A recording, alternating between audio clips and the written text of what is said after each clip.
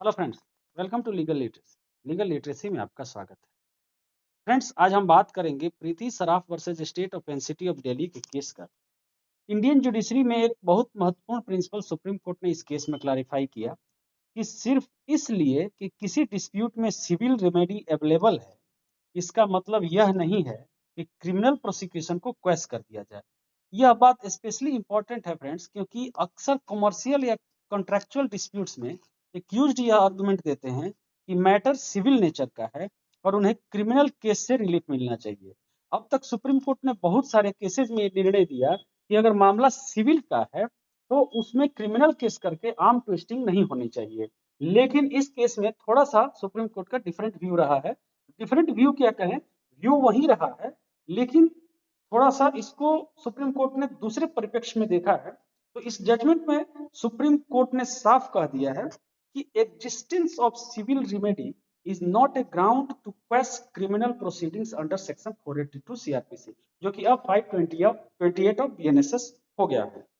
तो फ्रेंड्स, इस केस को पूरे केस को आसान भाषा में समझते हैं, इसके बैकग्राउंड को समझते हैं, इसके फैक्ट्स को समझते हैं, इसके आर्गुमेंट्स को समझते हैं, लीगल प्रिंसिपल्स को समझते हैं और सुप्रीम कोर्ट की फाइनल रीजनिंग को समझते हैं।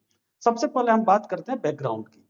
फ्रेंड्स, इस मामले में आरोपियों के खिलाफ एफआईआर दर्ज हुई थी under section 420 cheating, 406 criminal breach of trust and 34 of IPC. 34 होता है जो कॉमन इंटेंशन का बात करता है।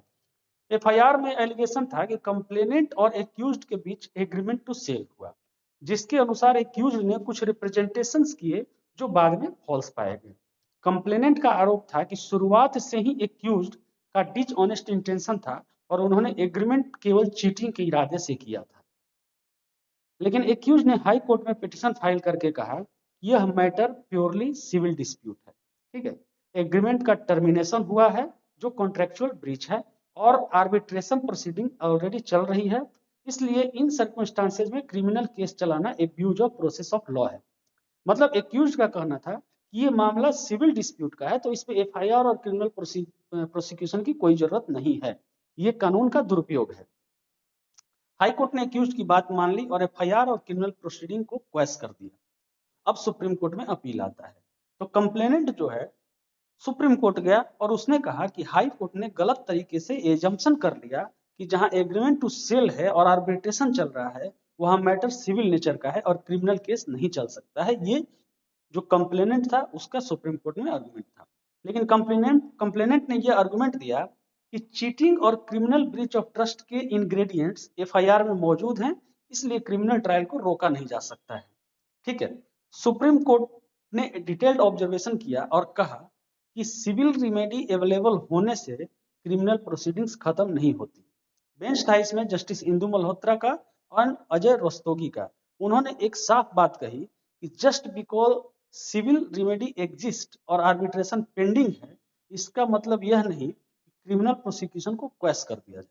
सुप्रीम कोर्ट ने कहा कि कई बार कॉमर्शियल ट्रांजैक्शन में भी चीटिंग होती है और चीटिंग जो होती है आईपीसी की धारा 415, 18 और 420 क्लियर एग्जांपल देते हैं कि क्या चीटिंग है, इसलिए commercial nature of transaction cheating को एलिमिनेट नहीं कर सकता है। सुप्रीम कोर्ट ने हाई कोर्ट को साफ साफ याद दिलाया कि सेक्शन 482 सीआरपीसी एक एक्स्ट्रा ऑर्डिनरी पावर है जिसका इस्तेमाल बहुत केयर एंड कॉशन के साथ करना चाहिए। केस को क्वेश करने का जो पावर है, कोर्ट ने कहा कि क्वेशिंग स्टेज पे हाई कोर्ट को कंप्लेंट एफआईआर के फेस वैल्यू पर देखना चाहिए। डिटेल्ड इवोल्यूशन या एविडेंस एप्रिसिएशन अलाउड नहीं है। कोर्ट को यह नहीं देखना चाहिए कि एलिगेशंस ट्रू हैं या फॉल्स हैं, यह काम ट्रायल कोर्ट का है, not the high court under section 482 CrPC और 528 बीएनएसएस जो आज हो गया। सुप्रीम कोर्ट ने कहा कि whatever appears on the face of the complaint FIR या chargesheet should be taken as true at this stage. Court cannot critically examine correctness. ठीक है, इसका मतलब यह है कि हाई कोर्ट को एफआईआर पढ़नी थी और यह देखना था कि क्या उसमें प्राइमा फेसी ऑफेंस बनता है।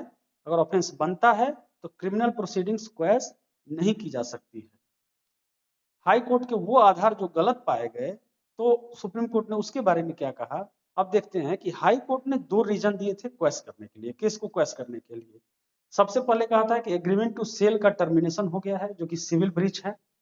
आर्बिट्रेशन पेंडिंग है। दो बेसिस पे हाई कोर्ट ने केस को क्वेश किया था। अब सुप्रीम कोर्ट ने इन दोनों बेसिस को रिजेक्ट किया और सुप्रीम कोर्ट ने कहा कि कंट्रेक्चुअल डिस्प्यूट होना और डिसऑनेस्ट इंटेंशन का होना दो अलग अलग चीजें हैं। आर्बिट्रेशन प्रोसीडिंग का होना क्रिमिनल लायबिलिटी को इरेज नहीं करता। ठीक है। अब क्वेश्चन आता है कि वाई चीटिंग में exist even in commercial transaction. अब सुप्रीम कोर्ट ने ये डिसाइड किया। सुप्रीम कोर्ट ने स्पेशली हाईलाइट किया कि cheating can be committed even during commercial transaction. अगर किसी पार्टी का स्टार्टिंग से ही डिसऑनेस्ट इंटेंशन हो, जैसे कि फॉल्स प्रॉमिस करना, पेमेंट लेने के बाद एग्रीमेंट फुलफिल न करना या जानबूझकर मिसलीडिंग फैक्ट्स बताना, तो यह चीटिंग का केस बनता है, चाहे वह ट्रांजैक्शन सिविल नेचर का ही क्यों ना लगे। इस केस में एफआईआर में जो फैक्ट्स थे, जो आरोप थे, वो थे एक्यूज ने मिसरिप्रेजेंटेशन किया, फॉल्स एश्योरेंस दी, आपराधिक मंशा यानी कि मेंस रिया शुरुआत से ही थी।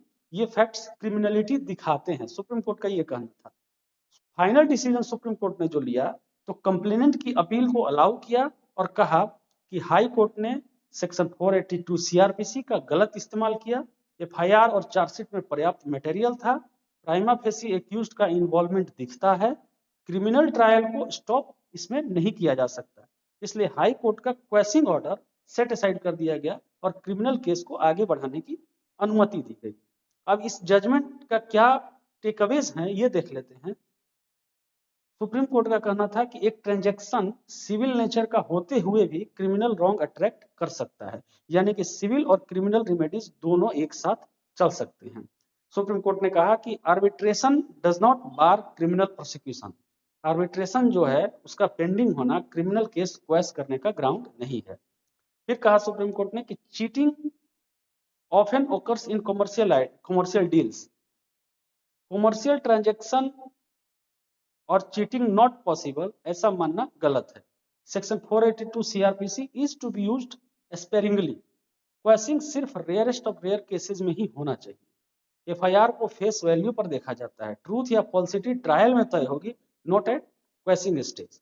केस का नाम हम लोग पहले ही देख चुके हैं, नाम है Preeti Saraf versus state of NCT of Delhi. Quorum थे, इसमें जस्टिसेस थे जस्टिस इंदु मल्होत्रा एंड अजय रस्तोगी। तो फ्रेंड्स ये था, और ये इसका मतलब ये है, ये इंपॉर्टेंट आपके लिए इसलिए है कि अगर आपसे किसी ने अगर सिविल ट्रांजैक्शन में भी, सिविल रेमेडी में भी, सिविल केसेज में भी अगर कोई चीटिंग किया है, तो उसके लिए क्रिमिनल केस आप इनिशिएट कर सकते हैं। काफी इंपॉर्टेंट जजमेंट है, काफी इंपॉर्टेंट है लॉ स्टूडेंट्स के लिए, एडवोकेट्स के लिए, आम आदमी के लिए भी। और लीगल लिटरेसी पे आप बने रहें, इस तरह के बहुत सारे लीगल नॉलेज आप जानते रहेंगे। धन्यवाद।